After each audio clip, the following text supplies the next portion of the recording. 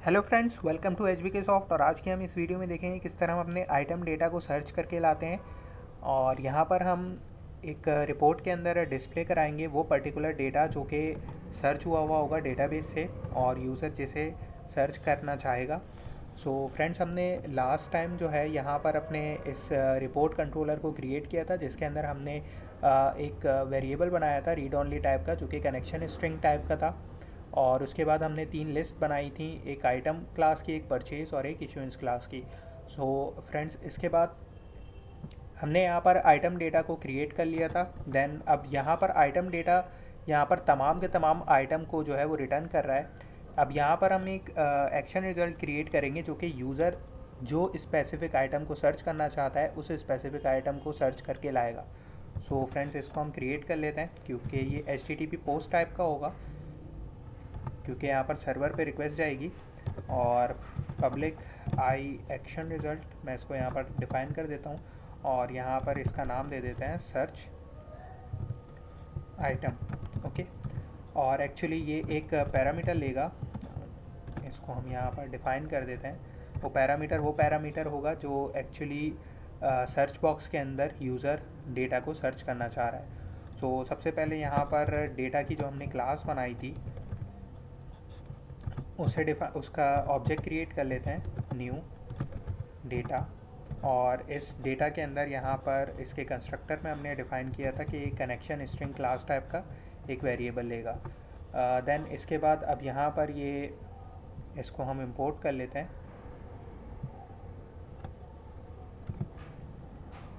Okay, so यहाँ पर ये डेटा क्लास है एक्चुअल में। सो हम इसको डेटा क्लास कर देते हैं और इसको भी यहाँ पर डेटा क्लास कर देते हैं। ओके। देन इसके बाद यहाँ पर हम जो है वो आइटम्स के अंदर वो डेटा मंगवाएंगे और आइटम के अंदर वो डेटा। ओके, सो यहाँ पर हम आइटम्स जो हमने ऊपर आइटम की लिस्ट क्रिएट की है उस लिस्ट के अंदर हम करेंगे ये कि अपने डेटा के ऑब्जेक्ट के अंदर जाके वो मेथड कॉल करेंगे गेट आइटम डेटा। और इसके अंदर हम एक पैरामीटर यहाँ पर हमें रिक्वायर्ड है, तो वो हम डेटा यहाँ पर पास कर देते हैं। ये पैरामीटर मांग रहा है, सो यहाँ पर हम पैरामीटर जो है वो प्रोवाइड करेंगे, जो हमारे पास पैरामीटर आ रहा है।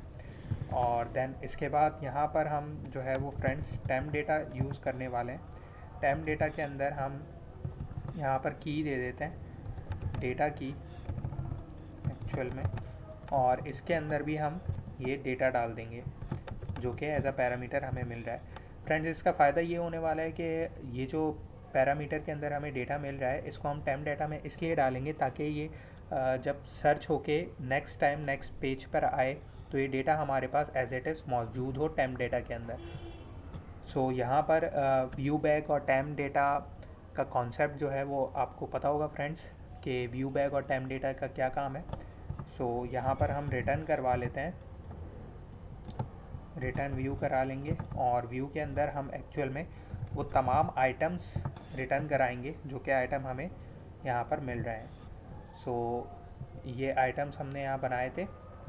सो एक्चुअली ये मेथड कर ये रहा है कि यहाँ पर एक पैरामीटर लेगा स्ट्रिंग का और डेटा क्लास में जाके एक मेथड हमने क्रिएट किया था अपनी प्रीवियस वीडियो में कि गेट आइटम डेटा, जो कि एक स्पेसिफिक डेटा को सर्च करके डेटाबेस से लेके आएगा। सो स्पेसिफिक डेटा की लिस्ट हमारे पास ये आइटम में मौजूद होगी और इस आइटम को हम पास कर देंगे। और इसी पैरामीटर वाले डेटा को हमने टेम्प डेटा में भी स्टोर कर लिया ताकि नेक्स्ट इसके पेज के विज़िट पर ये डेटा हमारे पास टेम्प डेटा में मौजूद रहे, क्योंकि इस डेटा को हम आगे भी यूटिलाइज़ करेंगे। सो फ्रेंड्स, यहाँ पर हमारे पास ये वाला एक्शन रिज़ल्ट जो है वो कंप्लीट हो गया है। और ये एक्शन रिज़ल्ट जो है वो एक्चुअल में किसी भी डेटा को जो है वो सर्च करके लाएगा, स्पेसिफिक लिस्ट को सर्च करके लाएगा जो कि यूज़र ने रिक्वायर्ड की होगी। अब सेकेंडली हमारे पास एक और एक्शन रिज़ल्ट क्रिएट होगा जो कि HTTP गेट होगा। और एक्चुअल में इसको हम जब हम कॉल करेंगे तो ये पर्टिकुलर डेटा जो सर्च होकर आ रहा होगा उसको हम PDF में देख सकेंगे। सो यहाँ पर हम करते ये हैं कि यहाँ पर वो एक्शन रिज़ल्ट क्रिएट कर लेते हैं, आई एक्शन रिज़ल्ट, और इसको हम यहाँ पर सर्च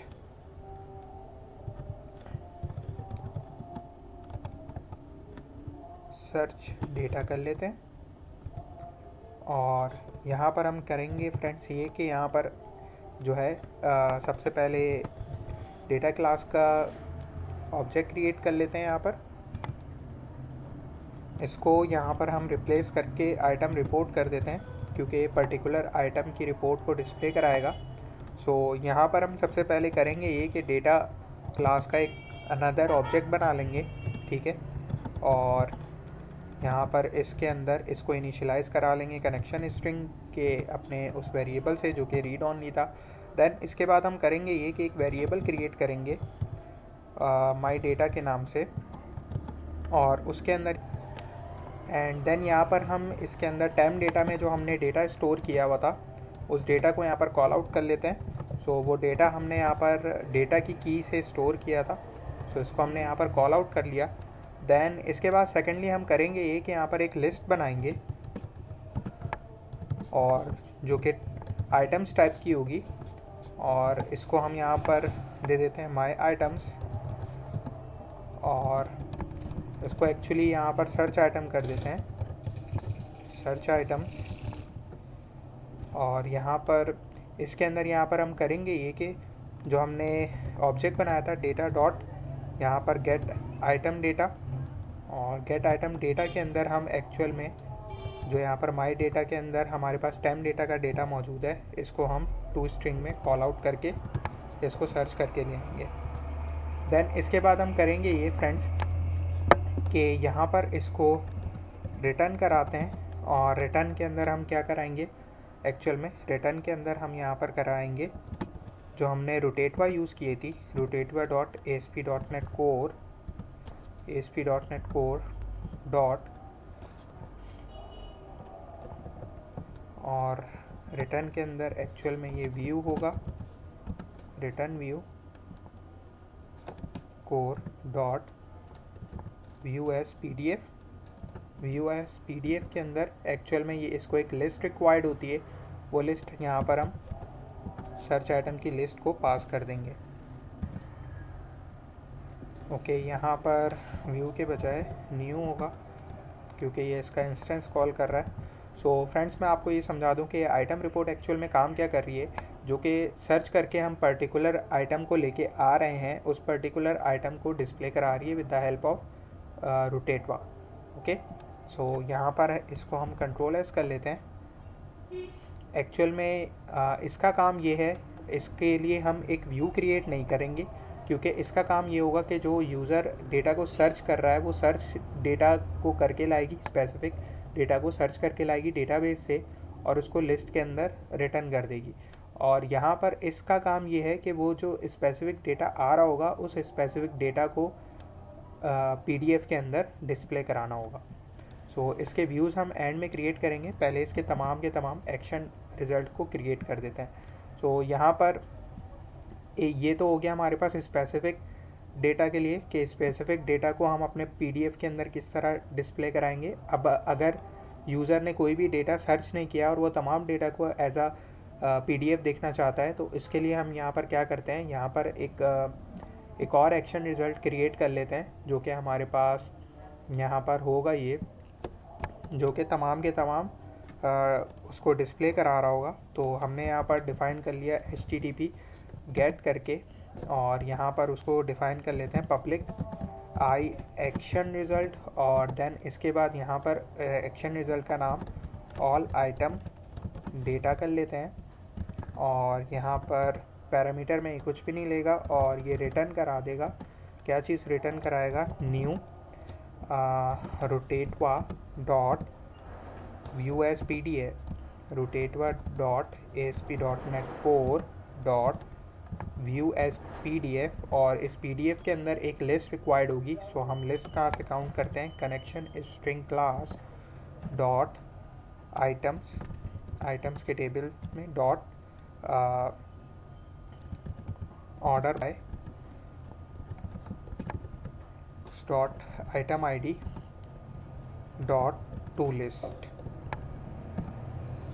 ओके, सो यहाँ से ये तमाम की तमाम लिस्ट हमारे पास फैच होके आ जाएगी, और उस लिस्ट को यहाँ पर डिस्प्ले करा देंगे PDF के अंदर।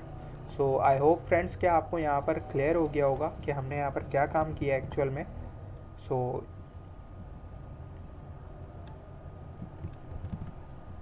सो फ्रेंड्स, ये हमारे पास आइटम के लिए था। देन इसके बाद हम जो है वो इशुएंस और परचेज़ के लिए काम करेंगे, और जब तमाम के तमाम एक्शन रिज़ल्ट कंप्लीट हो जाएंगे, देन हमें इन तमाम के एक्शन रिज़ल्ट के हम जो है व्यूज़ को क्रिएट करेंगे। सो आई होप आपको वीडियो पसंद आई होगी। Keep like, keep sharing. Thank you.